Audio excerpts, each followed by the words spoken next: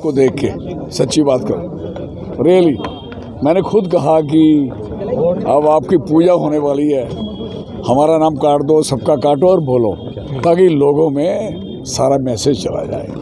वो बड़े अच्छा यहाँ जलसा हुआ, इजलास हुआ और नौजवान एमएलए जो बना है उसने बड़े अच्छे ढंग से ये प्रोग्राम करवाया और आप लोगों ने सहयोग किया, मैं भी इसका शुक्रिया करना चाहता हूँ। जम्मू कश्मीर के मौजूदा सियासी हालात को आप किस नज़रिए से देखते हैं, खासकर जो हुकूमत अभी काम कर रही है और ये माना जा रहा है कि जम्मू कश्मीर में मौजूदा वक्त में 2 पावर सेंटर्स बने हुए हैं। बिल्कुल ठीक है। चीफ मिनिस्टर ऑफिस, एक LG office. Yes. Jammu Kashmir के हालात के मद्देनजर आप इसे किस तरह? वो इसलिए बन रहे हैं कि जब आपका यहाँ यूटी ख़त्म नहीं हुई तो 2 रहेंगे नहीं क्या?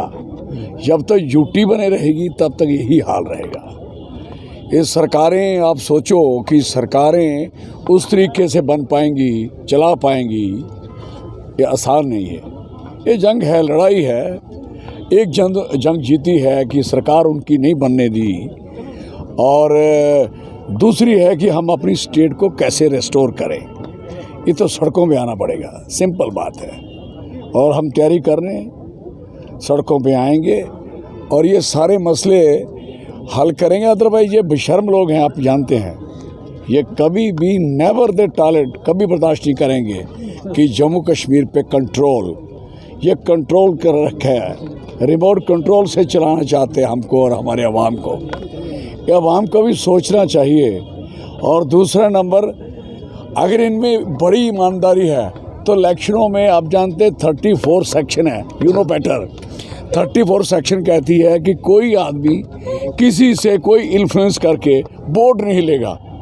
मुझे बताओ, शराब उड़े, पैसा चले, ईवीएम का सत्यानाश हो, तो मुझे बताओ ये 34 section, where is the functioning, where is the election commission, authority and session? अब सब फ्रॉड है, सब झूठ है, कोई इलेक्शन नहीं जीत पाएगा जो हाल बन गया। आपने देखा नहीं, अभी महाराष्ट्र में 31 एमपी हैं, तो आप सोचो वहाँ कहाँ चले एमएलए बन पाए, क्यों नहीं बन पाए?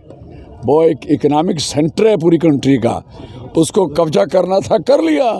और तो आप क्या सोचते हो कि उन्होंने इलेक्शन लड़के जीता है? हैं? पैसा एमएलए के इलेक्शन में 45 लाख, तो आप खर्चा कर रहे हो 200 400 करोड़। हमारा तो एरिया अभी गरीब है, यहाँ अभी 3-4 करोड़ के नीचे 4-4 5-5 करोड़ खर्चा बीजेपी के लोगों ने, ये हाल है। ईवीएम के सर, आप समझते हैं कि ईवीएम की गड़बड़ होती है, तो इसके खिलाफ भी क्यों एक आवाज़ ऐसी तारीफ की जाती है आपके खिलाफ? की इलेक्शन कमीशन को कहा, गवर्नमेंट में कहा, पार्लियामेंट में कहा, मैंने कहा नहीं बेशर्म होते, टीट होंगे नहीं, ये टीट हो सा क्या करने हो। सर, आपने जम्मू कश्मीर के मिलिटेंसी के हालात को काफ़ी नज़दीक से देखा है, आप पे भी हमले हुए, कुछ देर तक हालात ठीक भी रहे हैं। आप जिस जिला से आते हैं, कठुआ जिला, वहाँ के हालात भी पिछले कुछ वक्त से आपके सामने हैं। कोई शक नहीं। हालात को आप किस तरह से देखते हैं? ये हालात इन्होंने खुद खराब होने दिए। आपको पता होना चाहिए, हमारी हाई रिचेस पे, ख़ास करके हाई रिचेस पे सारे सीआरपीएफ और आर्मी लगी हुई थी। जैसे बनी का एरिया है, लोहे मलार का एरिया है, आपके एरिया भी हैं, और सारी की सारी इन्होंने उसको नीचे कर दिया। और आप सोचिए, बीएसएफ कहाँ के लिए होती है?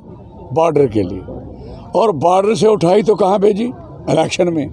बॉर्डर खाली क्यों छोड़ा? आप क्या सोचते हैं बॉर्डर भरा था? अगर बॉर्डर की पुलिस इनके पास इतनी ज़्यादा फोर्स है तो फिर वो बॉर्डर पे, इसका मतलब है कि ज़्यादा फोर्स है ना फिर, तो अगर ज़्यादा तो ये हालात कैसे हुए? लोग क्रॉस कैसे? टनलें निकल गई, टनलें, आपने देखा कितनी टनल्स निकल गई, कितनी तबाही हो, कितने आपके ड्रोन यहाँ क्रॉस हो गए, और ड्रोन ने नशा, पैसा, सारी चीज़ें इन्होंने सारी पहुँचा दी हैं।